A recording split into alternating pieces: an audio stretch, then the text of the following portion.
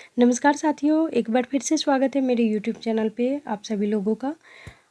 तो 30 क्वेश्चन हम लोगों ने पहले वीडियो में कंप्लीट किया है और इस वीडियो में भी हम लोग सिंधु सभ्यता के क्वेश्चन जो बहुत ही महत्वपूर्ण है उन चीज़ों को देखेंगे। और वीडियो स्टार्ट करने से पहले मैं आप लोगों से एक चीज़ शेयर करना चाहूँगी। बीपीएससी के जो चेयरमैन हैं अतुल प्रसाद, तो उन्होंने ये कहा है कि आप लोगों का सिलेबस बीपीएससी का 14 मई से पहले देखने को मिल जाएगा। रख लीजिए 14 मई या 14 मई की शाम या दोपहर जो भी है, यानी कम से कम 15 मई तक आपका क्लियर हो जाएगा। उन्होंने 14 मई कहा है, लेकिन आप लोग ध्यान में रखिए क्योंकि जो भी ये सरकार कहती है ना, तो उसका ये थोड़ा सा डिले कर ही देते हैं। लेकिन आपका 14 से 15 मई तक सिलेबस हो जाएगा क्लियर। और इन्होंने ये ट्वीट करके इन्होंने ये भी क्लियरली बता दिया है कि आपका जो एग्ज़ाम का पैटर्न होगा, तो बीपीएससी पीटी का जैसे पैटर्न होता है, बीपीएससी का जो पीटी का पैटर्न होता है, प्रीलिम्स का जो एग्ज़ाम होता है बीपीएससी का, उसमें जो पैटर्न रहता है तो उसी के आधार पे आपका क्वेश्चन रहेगा। तो मैं ये चीज़ें पहले से ही बोलती आ रही हूँ और इन्होंने ये भी साफ तौर पे कह दिया है कि पेडागोजी नहीं रहेगी आपका एग्ज़ाम में। पेडागोजी से क्वेश्चन बिल्कुल भी नहीं रहेगा। तो कहने का मतलब ये है कि आपको सिर्फ और सिर्फ सबसे ज़्यादा जो फोकस करना है जीके जीएस पे करना है, रीजनिंग पे करना है, मैथ पे करना है और आईसीटी पे करना है। यहीं से क्वेश्चन आपके सबसे ज़्यादा बनेंगे। तो और भी ये चीज़ें क्लियर हो जाएंगी जब आपका सिलेबस सामने आ जाएगा। लेकिन इतना अब क्लियर हो गया है उनके ट्वीट के माध्यम से कि पेडागोजी आपके एग्ज़ाम में नहीं रहेगा, ठीक है।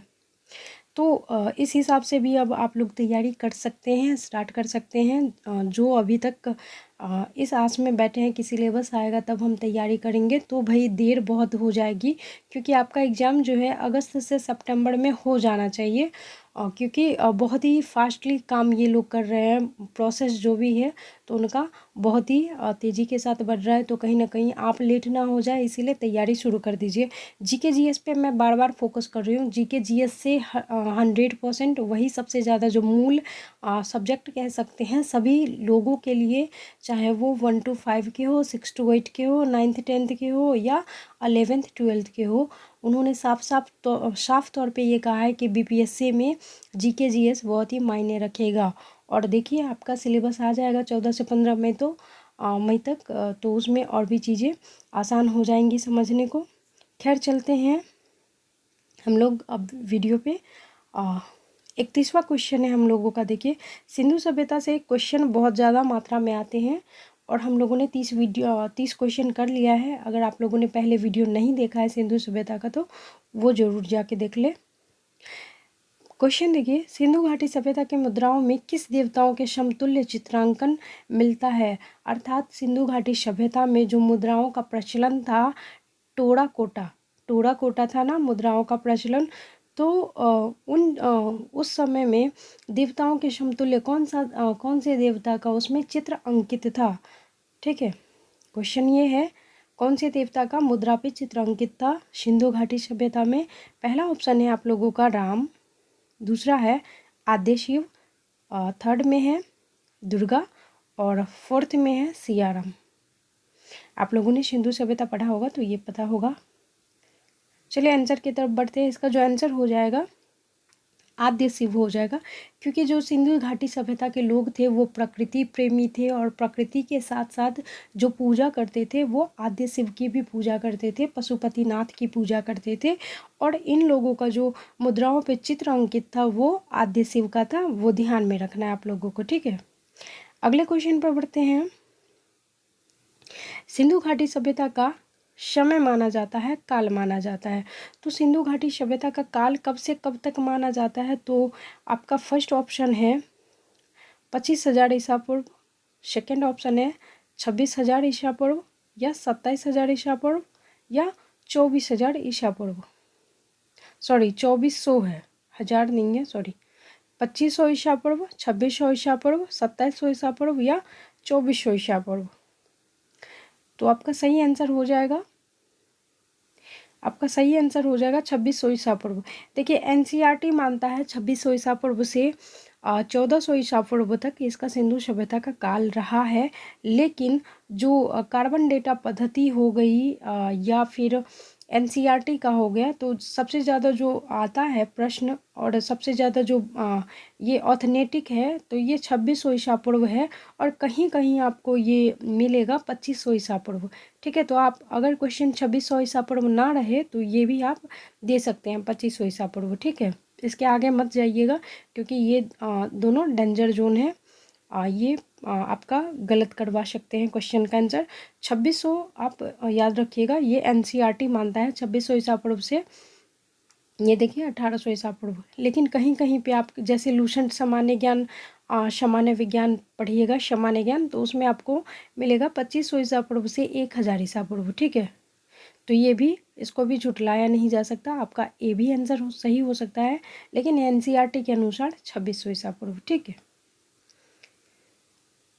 अगला प्रश्न देखिए, सिंधु घाटी सभ्यता के किस स्थल से गोदीवाड़ा बंदरगाह प्राप्त हुआ है? गोदीवाड़ा बंदरगाह प्राप्त हुआ है। पहला ऑप्शन है लोथल, फिर है दाइमाबाद, फिर रंगपुर, और अगला ऑप्शन है आपका गुजरात। गोदीवाड़ा बंदरगाह कहाँ प्राप्त हुआ है सिंधु घाटी सभ्यता से? तो ये प्राप्त हुआ है दाइमाबाद में, अच्छा लोथल में प्राप्त हुआ है। और लोथल कहाँ है? गुजरात में है लोथल, ये आपको ध्यान में रखना है।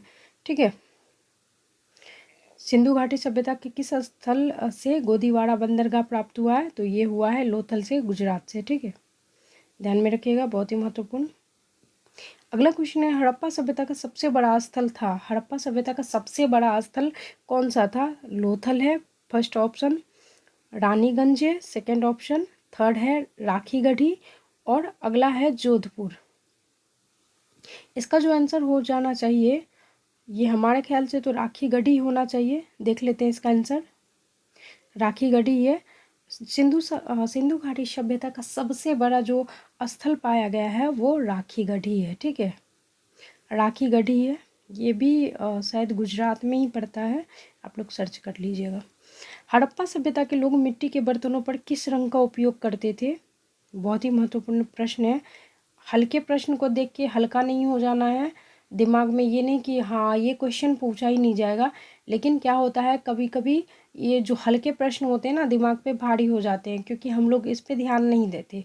तो अब ये दिमाग हल्का नहीं करना है, दिमाग को भारी करके उसमें सेव करके रख लेना है। ठीक है, हड़प्पा सभ्यता के लोग जो हैं मिट्टी के बर्तनों पर किस रंग का उपयोग करते थे? तो ये पहला ऑप्शन है आप लोगों के सामने काली मिट्टी, फिर पीली, थर्ड में है लाल, या फोर्थ में है नीला। तो ये जो यूज करते थे हमारे ख्याल से ये लाल यूज करते थे। आइए आंसर चेक कर लेते हैं। हाँ, तो सिंधु घाटी सभ्यता के जो लोग बर्तनों का इस्तेमाल करते थे वो लाल करते थे। और टोरी कोटा जो होता है वो भी लाल ही होता है, जैसे ईंट ईंट जैसे लाल हो जाता है।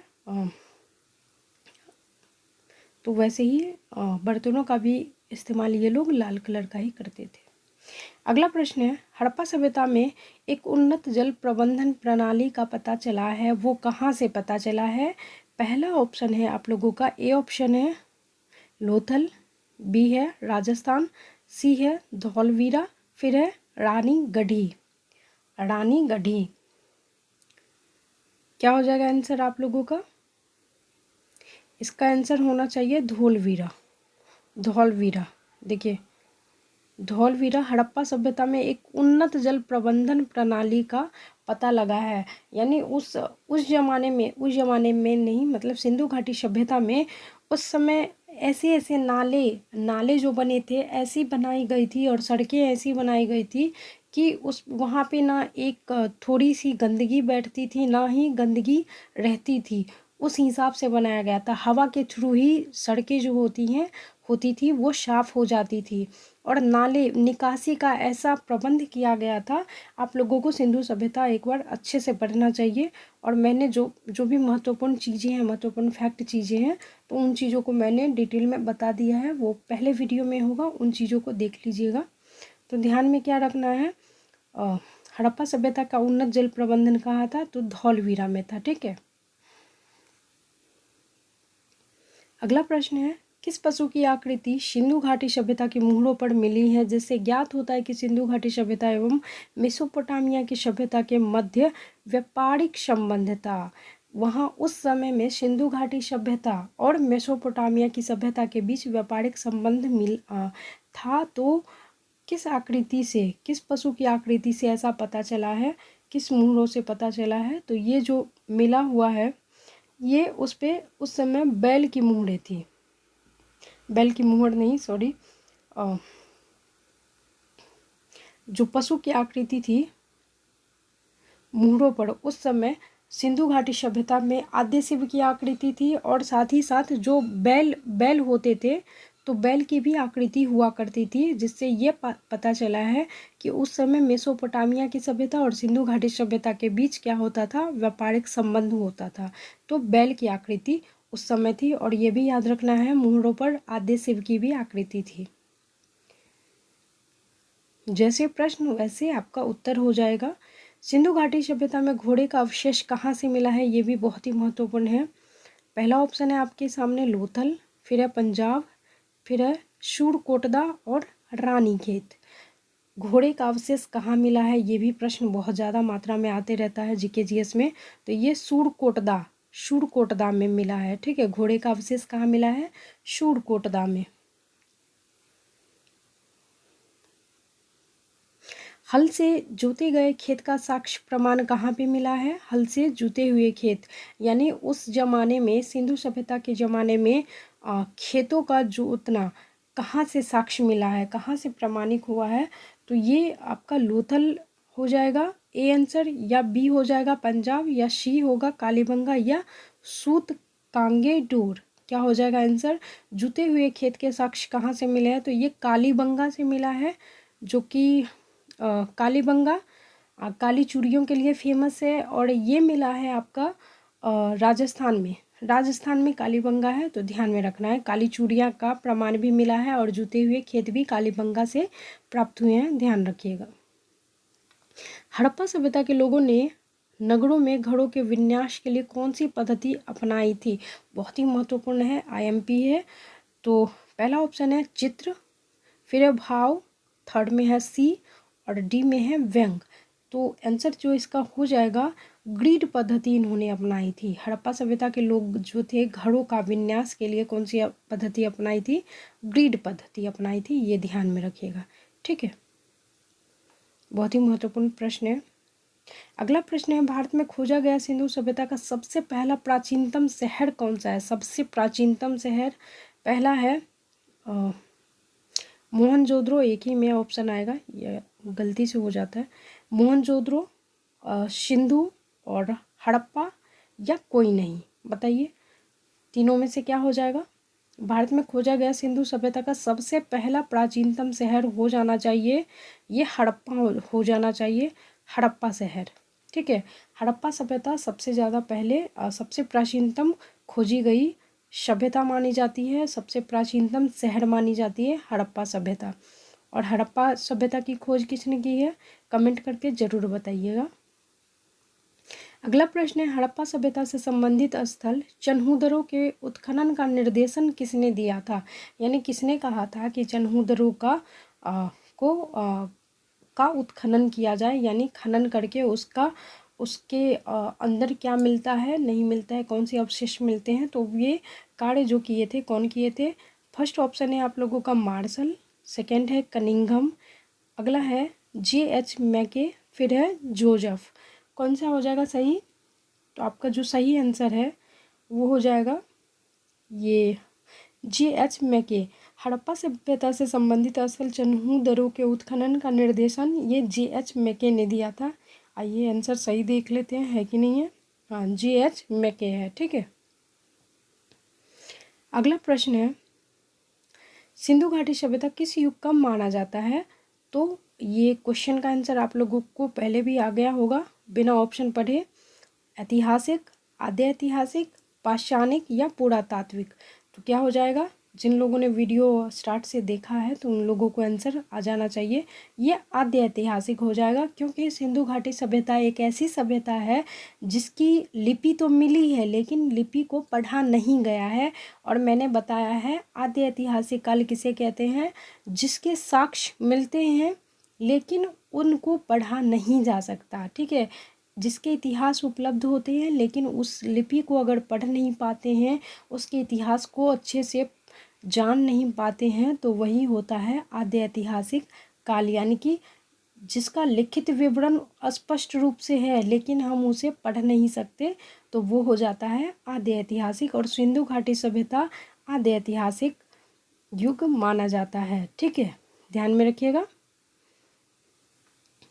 अगला प्रश्न देखिए, सिंधु घाटी सभ्यता के किस स्थान से चांदी के 2 मुकुट प्राप्त हुए हैं?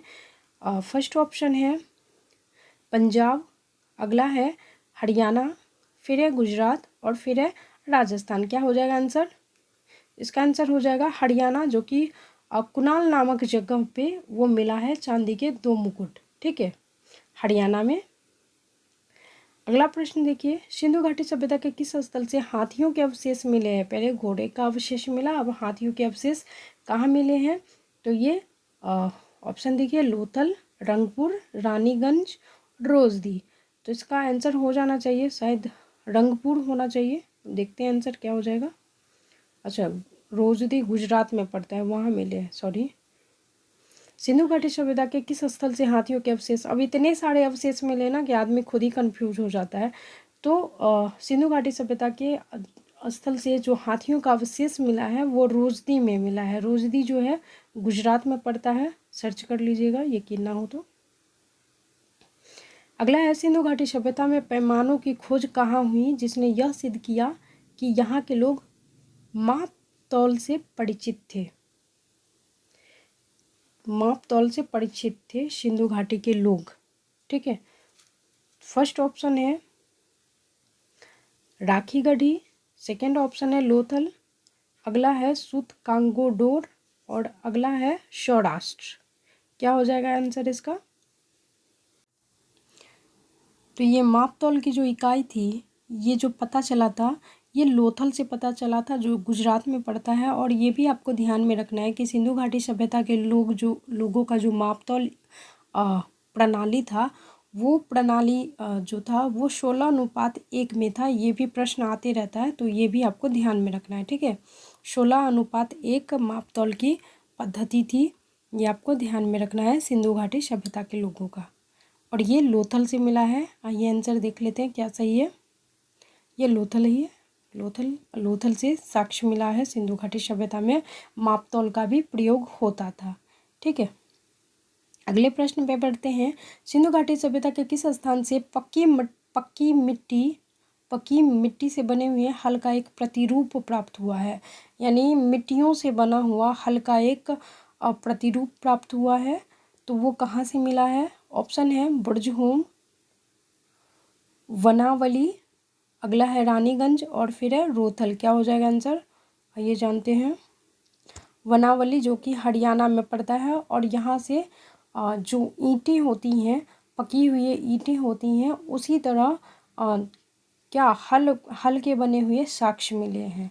ठीक है, तो ये कहाँ मिला है? हरियाणा में मिला है और जगह का नाम है वनावली। अगला प्रश्न है, सिंधु घाटी सभ्यता में जो तिल एवं सरसों के सर्वाधिक साक्ष्य मिले हैं वो कहाँ से मिला है? ऑप्शन है आप लोगों का वनावली, फिर है लाहौर, फिर है पंजाब और है रणथंभौर। कहाँ हो जाएगा आंसर? वनावली होगा, जो हरियाणा में पड़ता है। ठीक है, ध्यान में रखिएगा, सरसों का सर्वाधिक तिल एवं सरसों का साक्ष्य मिला है वनावली में। अगला प्रश्न है, सिंधु सभ्यता के निवासियों के लिए किस वस्तु का आयात सबसे महत्वपूर्ण था?